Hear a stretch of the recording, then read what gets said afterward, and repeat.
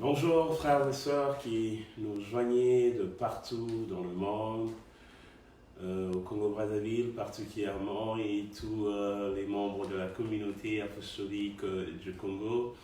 Nous sommes ici pour célébrer avec vous la Pâque chez vous à la maison.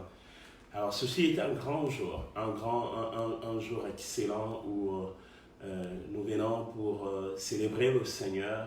Mais nous allons le faire de la manière un peu plus particulière aujourd'hui parce que nous allons le faire avec vous, chez vous à la maison. Alors sans plus tarder, nous allons commencer avec un petit moment d'adoration avant que nous puissions passer à d'autres étapes. Et j'aimerais que pendant ce moment, que tu puisses chanter avec nous ce cantique. Alléluia. J'aimerais que tu prépares ton cœur pendant ce moment.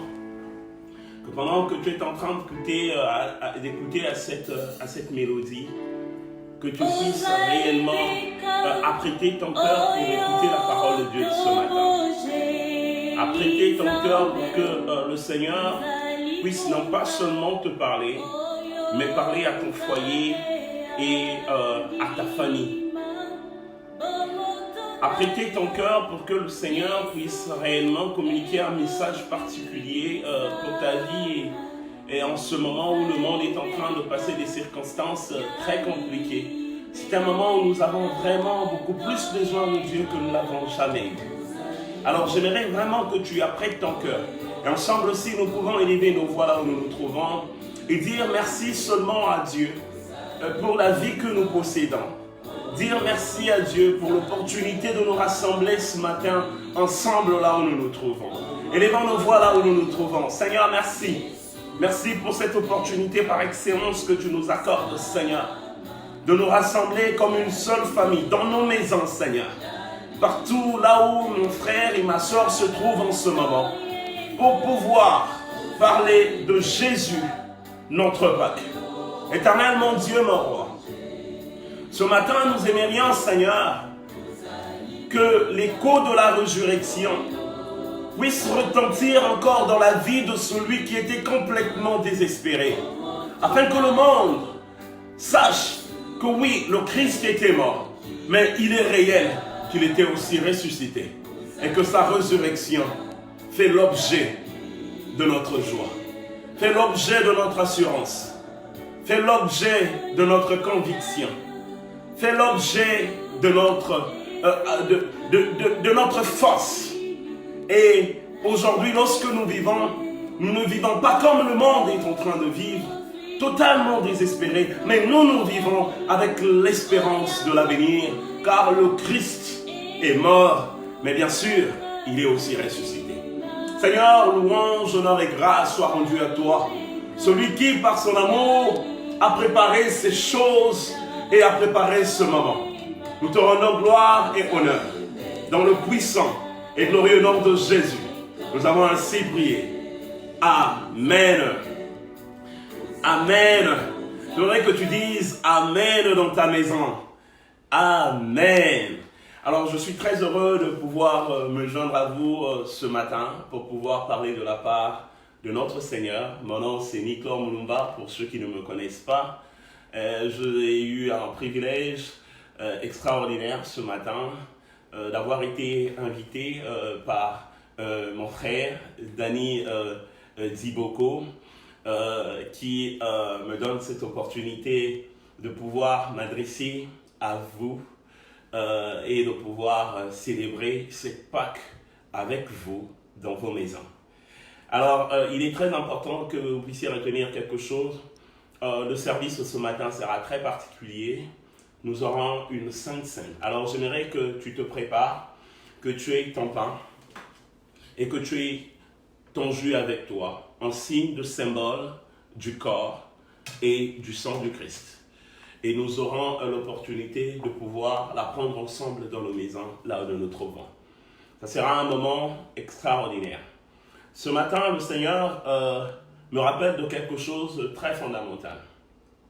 Nous sommes en train de partager, de parler de la Pâque et de célébrer cette Pâque ensemble avec vous dans vos maisons. l'Éternel nous donne l'opportunité de revenir aux sources. C'est vrai que beaucoup de nous ont longtemps pensé que l'Église c'était simplement le temple. Mais l'Éternel nous ramène à savoir que l'Église la plus importante, c'est dans nos maisons. Nous avons détruit les racines de l'Église qui est nos maisons et nous avons accordé beaucoup plus d'importance au temple.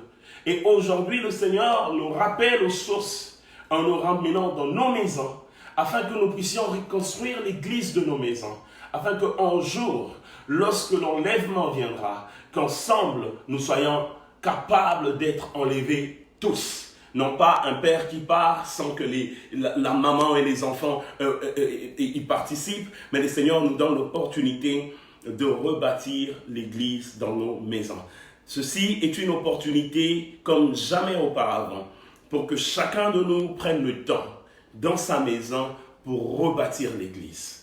L'Église qui avait été détruite parce que nous étions très focalisés au temple et nous avons oublié que dans nos maisons, il y avait encore des païens. Il y avait encore ceux qui ne connaissaient pas le Seigneur. Ceci est une opportunité que le Seigneur nous accorde. Alors, ne te sens pas comme si le fait que tu n'es pas dans le temple, tu n'es pas dans l'Église. Non, tu es dans l'Église, mais dans ta maison. Alors, sans plus tarder, nous allons passer au message de ce matin. Et ce matin, nous allons parler de quelque chose d'extraordinaire. C'est simplement Jésus, notre Pâques. Alors, pour ceux qui sont en train d'écrire dans leur maison, j'aimerais que tu prennes ton temps à écrire Jésus, notre Pâques. Et notre verset de base sera le livre de Marc au chapitre 16. Et nous allons lire ce livre. Et il y a quelque chose d'extraordinaire que Dieu a mis dans ma pensée pendant que j'étais en train de lire. Et j'espère que chacun de nous, là où nous nous trouvons, l'Éternel va apporter quelque chose de particulier dans nos cœurs et dans nos vies. Alors sans plus tarder, je vais lire ce message. Nous sommes dans le livre de Marc à partir du chapitre 16, il est écrit ceci. Quand le sabbat fut passé, Marie de Magdala, Marie, mère de Jacques, et Salomé achetèrent des huiles aromatiques pour aller embaumer le corps de Jésus. Alors, j'aimerais que pendant que nous sommes en train de lire, que tu fasses très attention à certains mots qui sont très, très, très importants pour le message de ce matin. Il est écrit que lorsque le sabbat passa, ils étaient en train de s'apprêter pour acheter de l'huile pour aller embaumer le corps du Christ. Alors, très important de retenir le mot embaumer. Ils allaient pour embaumer le corps du Christ. Il était encore très tôt, le dimanche matin comme celui-ci,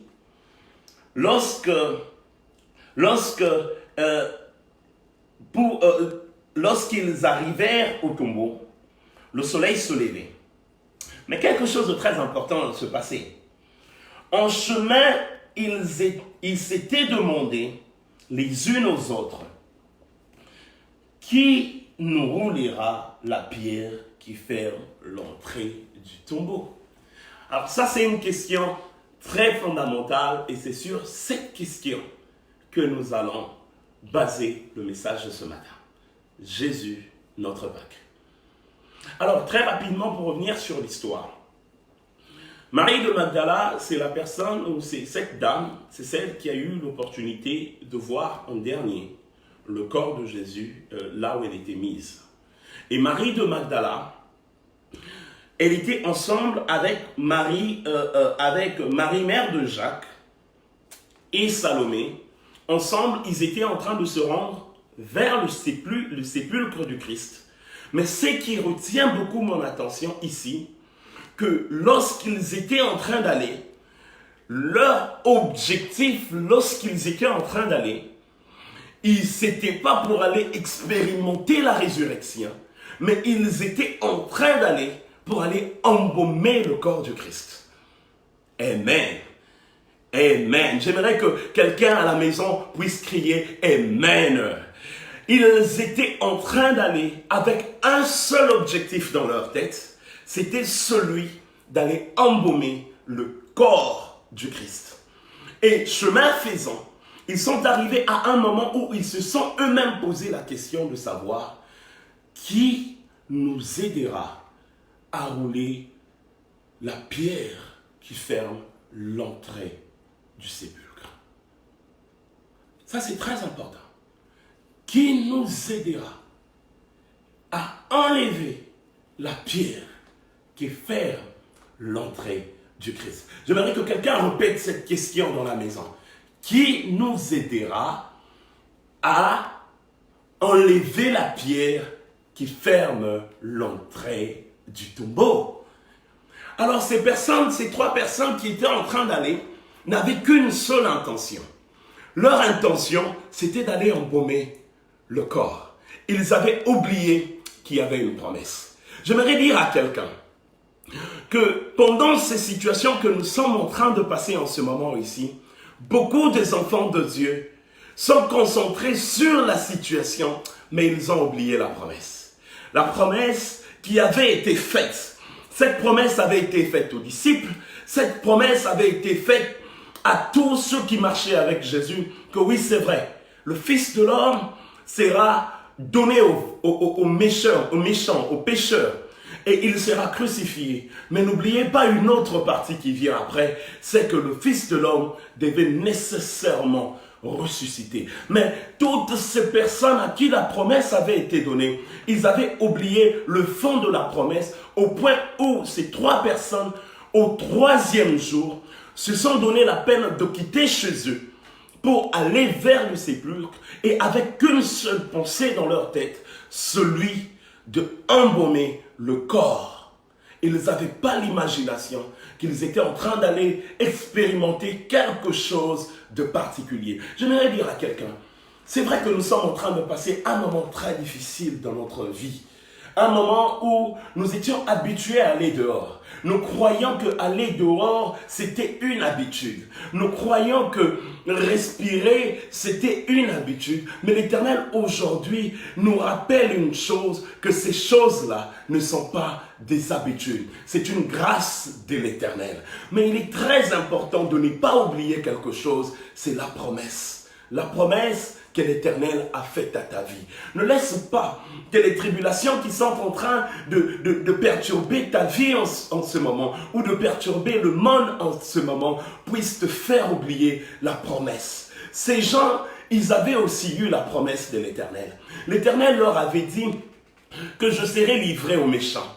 Je serai crucifié. Ces gens ont même expérimenté le début de la promesse de Dieu. Ils ont vu la crucifixion et ils ont vu comment est-ce que le Christ avait été donné aux méchants.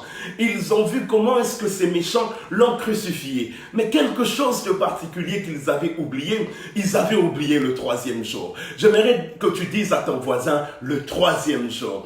Le troisième jour, ces gens les avaient oubliés. Eux, lorsqu'ils étaient en train d'aller au sépulcre, ils s'étaient juste inquiets d'une seule chose, c'est la personne qui devait les aider à ôter la pierre du sépulcre. Mais ils n'étaient pas dans l'attente de l'expérimentation de la résurrection. J'aimerais que tu dises, que tu saches dans ton cœur, que même si les situations sont compliquées dehors, il y a l'interdiction formelle d'aller dehors. L'Éternel avait dit aussi dans sa parole que vous aurez des tribulations dans le monde. Les promesses de Dieu ne sont pas seulement basées aux bonnes choses. Les promesses de Dieu sont aussi des annonces des choses qui doivent nous arriver. Et dans ces annonces, l'Éternel a dit une chose tout à fait particulière. Il a dit que vous aurez des tribulations. Mais il y a quelque chose de particulier que l'Éternel nous dit. Il nous dit, prenez courage, car j'ai vaincu le monde. J'aimerais que tu dises à ton voisin, prends courage. Prends courage parce que l'Éternel a vaincu le monde. Amen. L'Éternel a vaincu le monde. Beaucoup d'entre nous, nos pensées se limitent au début de la promesse. Mais nous ne voyons pas la fin de la promesse. Nous voyons le début de la promesse et quand nous voyons le début de la promesse, nous ne nous souvenons pas de la fin de la promesse. L'Éternel, lorsqu'il a dit aux disciples et à tous ceux qui étaient en train de marcher avec lui que je serai livré aux méchants, il ne s'était pas limité là. Il leur avait dit la suite et il avait dit que ça sera au troisième jour. Mais ces gens, lorsqu'ils étaient en train d'aller au sépulcre, ils avaient oublié la notion du troisième jour. Ils étaient en train d'aller avec une seule pensée dans leur tête. Qui nous aidera à rouler la pierre du sépulcre? Je vais vous dire quelque chose de très important. Quelque chose d'extraordinaire. Pendant que je suis en train de te voir, je suis en train de regarder dans la même direction que ces personnes ont regardé. Il y a quelque chose d'extraordinaire qui s'est passé au verset 4 que j'aimerais bien lire avec toi. Au verset 4, lorsqu'ils étaient en train de s'avancer, la Bible dit « Or, en levant les yeux, ils aperçurent que la pierre avait été roulée sur le côté. Et c'était un bloc énorme. Lorsqu'ils étaient en train d'avancer, ils ont vu quelque chose d'extraordinaire. Que leur question avait trouvé une réponse.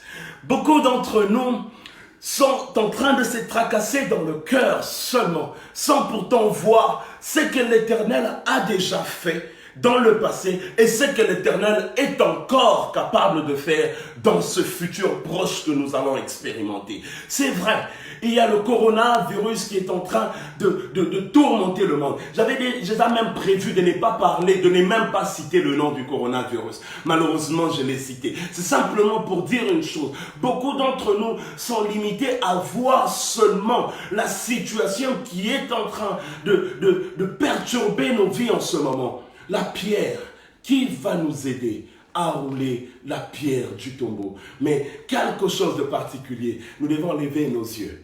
Il est très important d'apprendre à lever nos yeux. Lorsque nous levons nos yeux, nous regardons, nous avons la possibilité de voir les bienfaits de l'Éternel. Ce que l'Éternel avait fait, ce que l'Éternel est en train de faire et ce que l'Éternel va encore faire. Et la Bible dit ceci. Lorsqu'ils élevaient les yeux, ils ont vu que la pierre était déjà mise de côté. La pierre avait déjà été roulée de côté. En roulant la pierre de côté, il y avait une nouvelle expérience. Il y avait quelque chose qui a commencé à se passer dans leur cœur. Ils étaient en train de se poser multiples questions, je me dis. Que certainement, en avançant, ils se demandaient qu'est-ce qui nous attend devant là?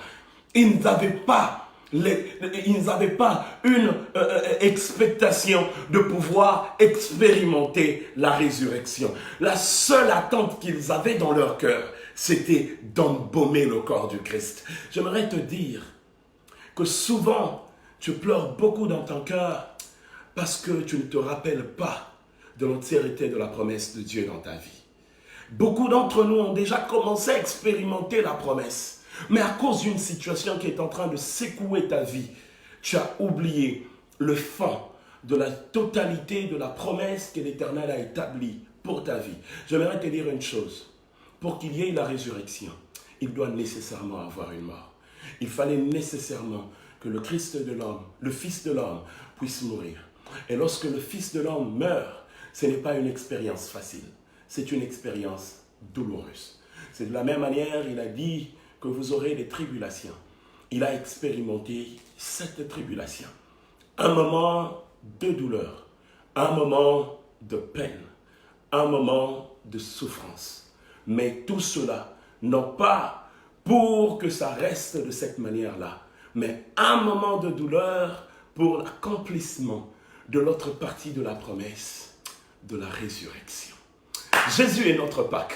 J'aimerais que tu puisses crier à haute voix que oui, c'est Jésus notre Pâque. Jésus est notre Pâque. Il est la résurrection, il est la vie. Oui, nous sommes isolés en ce moment, mais j'aimerais dire à quelqu'un que tu n'es pas isolé pour ta destruction, mais tu es isolé pour ta consolation. Parce que l'Éternel a préparé ce moment juste pour la reconstruction de l'église de maison, pour que nous puissions rebâtir ce que nous avons détruit dans nos maisons. Mais il est vrai, une chose est certaine, c'est que cet isolement n'est pas pour ta destruction, mais cet isolement, c'est pour une consolation sans précédent. La consolation sera tellement grande au point où le témoignage et la renommée du Christ se répandra jusqu'aux extrémités de la terre et les peuples qui ne l'ont pas encore connu sauront que le Christ est vivant. Amen. Nous allons lire encore un autre passage. Et ce passage se trouve dans le livre d'Ésaïe au chapitre 53, il est écrit ceci: qui a cru à notre message, à qui a été révélée la puissance de l'Éternel, car devant l'Éternel, il a grandi comme un jeune pouce, ou comme une racine sortant d'un sol aride. Il n'avait ni prestance ni beauté pour retenir l'attention, ni rien dans son aspect qui pût nous attirer. Il était méprisé, abandonné des hommes, un homme de douleur. Oui, il était semblable à ceux devant lesquels on détourne les yeux. Il était méprisé et nous n'avons fait aucun cas de sa valeur. Pourtant, en vérité, alléluia, c'est de nos maladies qu'il s'est chargé. C'est de nos souffrances ce sont nos souffrances qu'il a prises sur lui, alors que nous pensions que Dieu l'avait puni, frappé et humilié. La Bible dit, mais c'est pour nos péchés qu'il a été percé. C'est pour nos fautes qu'il a été brisé. Le châtiment qui nous donne la paix aujourd'hui est retombé sur lui. Et c'est par ses blessures que nous sommes guéris. J'aimerais dire à quelqu'un que c'est par les blessures du Christ que nous sommes sauvés. C'est vrai qu'il y a un moment de douleur. Il y a eu un moment de douleur, un moment de questionnement. Qui va nous aider à enlever cette pierre? C'est ce que j'aimerais que tu puisses retenir ce matin. Qui va nous aider à enlever ce tombeau, à enlever cette pierre du devant du tombeau? J'aimerais que tu te rappelles une chose. Rappelle-toi de la promesse. Tu trouveras la réponse à tous tes problèmes. Car le Seigneur Jésus, lorsqu'il dit une chose, il finit toujours par l'accomplir. Jésus-Christ, notre Pâques. Amen. Est-ce qu'on peut acclamer d'abord pour ce Seigneur là où on se trouve? Est-ce que nous pouvons acclamer le Seigneur là où on se trouve? Oui, c'est vrai. L'Éternel est notre Pâques. Et il est très important que chacun de nous là où nous nous trouvons, que nous puissions avoir la foi. Que nous puissions avoir la foi. La foi est un élément important pour expérimenter ce Jésus en tant que notre Pâques. Il est très important d'avoir la foi. Parce que la foi, elle est celle qui emmène les choses qui ne sont pas visibles à l'œil humain d'arriver à leur existence. Parce que la Bible nous dit que toutes ces choses qui sont visibles, elles ont été créées par des choses invisibles. Or, pour arriver à la dimension de comprendre ces choses, il faudrait avoir la foi. La Bible dit qu'Abraham était en train d'aller dans un pays dont il avait ni la connaissance, ni le savoir. Il ne connaissait ni la structure de ce pays, mais simplement une chose, ce qui lui a permis d'y aller. C'était une chose, il avait la foi dans son cœur, que oui, celui qui a fait la promesse, il est fidèle. Que Dieu bénisse sa parole. J'aimerais que là où tu te trouves, après avoir écouté cette parole, que l'Éternel crée dans ton cœur une foi par excellence, une foi qui va réellement réveiller l'espoir, réveiller même la promesse qui est en train de dormir au-dedans de toi. C'est vrai, l'Éternel a dit des choses pour ta vie et tu as même vu ces choses commencer à s'accomplir. Tu avais vu ces choses dans ta vie, tu les as vues commencer à s'accomplir dans ta vie, mais tu as tout de coup, coronavirus est apparu et tu te dis que c'est fini pour moi. Tu es en train de te dire, aux États-Unis, il y a en ce moment ici 18 000 morts. En France, il y en a 10 000 quelque chose. Dans d'autres pays, c'est catastrophique. Et tu te dis peut-être que tu es le prochain sur la liste. Non, moi j'aimerais te dire que oui, tu peux être en train de te poser la question. Qui nous aidera à enlever cette pierre qui est le coronavirus de notre vie? Non, essaie un peu d'élever un peu tes yeux. Regarde bien, il y a un Seigneur. Regarde très bien. J'aimerais que tu élèves un peu tes yeux. Tu élèves un peu tes yeux, que tu regardes très bien. Oui, il y a un Seigneur. Et ce Seigneur-là, tu sais ce qu'il a fait? Il a enlevé cette pierre du devant de toi.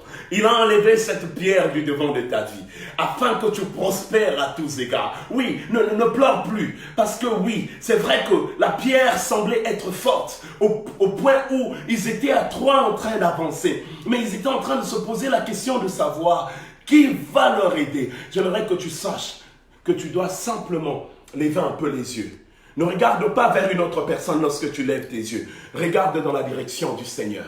Regarde là où le Seigneur se trouve. L'Éternel est celui qui va ôter la pierre qui a longtemps bloqué ton épanouissement. Oui, tu peux te dire que oui. Pourquoi est-ce que l'Éternel avait fait la promesse? Mais aujourd'hui, il est dans le tombeau, c'est le 3e jour. Non, rappelle-toi, c'est le 3e jour. Et que celui qui avait fait la promesse, il est fidèle. Amen. Que Dieu bénisse sa parole, que Dieu te bénisse, toi qui es en train de nous suivre en ce moment. Et nous allons passer à une étape encore très, très, très importante de ce matin. Et j'aimerais que là où tu te trouves, que tu apprêtes maintenant ton pain, que tu apprêtes ta coupe. Et nous allons aller dans le livre de Marc, au chapitre 14. Et nous allons lire quelque chose d'extraordinaire avant que nous puissions pouvoir partager du pain et partager la coupe. Nous allons arriver nous sommes arrivés au moment de la Sainte Seine. Alors c'est très important que ensemble nous puissions réellement participer à ce moment. J'aimerais qu'il n'y ait pas de distraction parmi nous là où nous nous trouvons. C'est un moment par excellence, un moment formidable où nous avons vraiment besoin que le corps et le sang de Christ puissent impacter encore nos vies en ce moment où le monde est sous la tribulation. Personne d'entre nous, tout le monde d'entre nous se demande qu'est-ce qui va se passer demain. C'est comme ces dames qui étaient en train d'aller avec simplement un seul objectif, là, embaumer le corps du Christ. Ils n'avaient aucune expectation, aucune attente de la résurrection. Ils ne savaient pas que la promesse devait s'accomplir ce jour-là. Ils étaient juste en train d'aller sur le chemin où ils savaient que oui, nous attendons que le sabbat passe et que nous achetions de l'huile pour aller embaumer le corps de notre Christ. Mais je veux te dire une chose, oui, c'est vrai. Rappelle-toi de la promesse. Rappelle-toi de la promesse. Lisons la parole de Dieu dans le livre de Marc au chapitre 4 à partir du verset 22. Il est écrit: au cours du repas, Jésus prit du pain. Jésus prit du pain et après avoir prononcé la prière de reconnaissance, il partagea un morceau et le donna à ses disciples en disant: prenez ceci et mon corps. Ensuite, il prit aussi la coupe. Il prit aussi la coupe.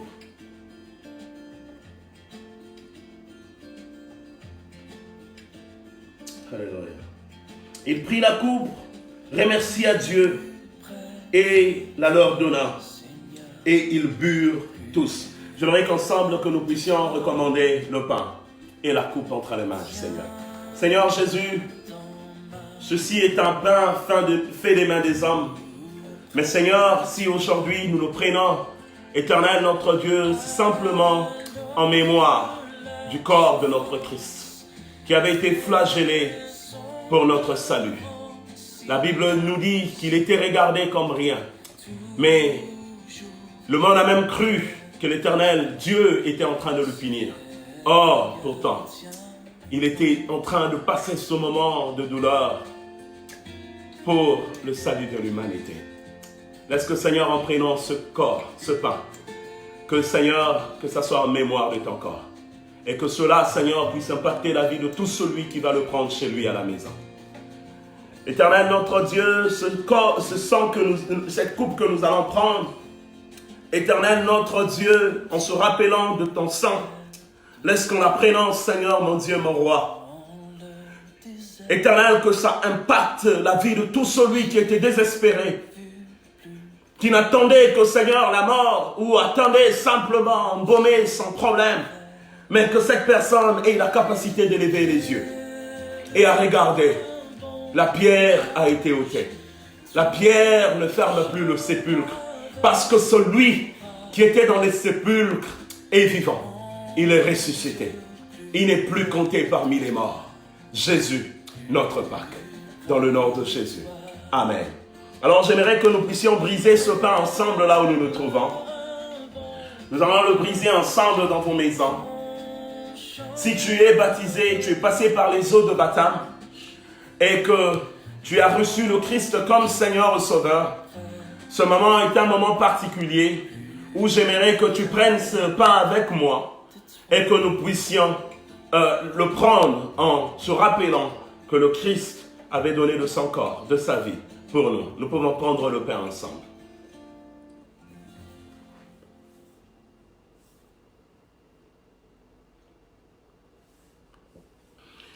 Et comme il est écrit, et après ils prirent aussi la coupe.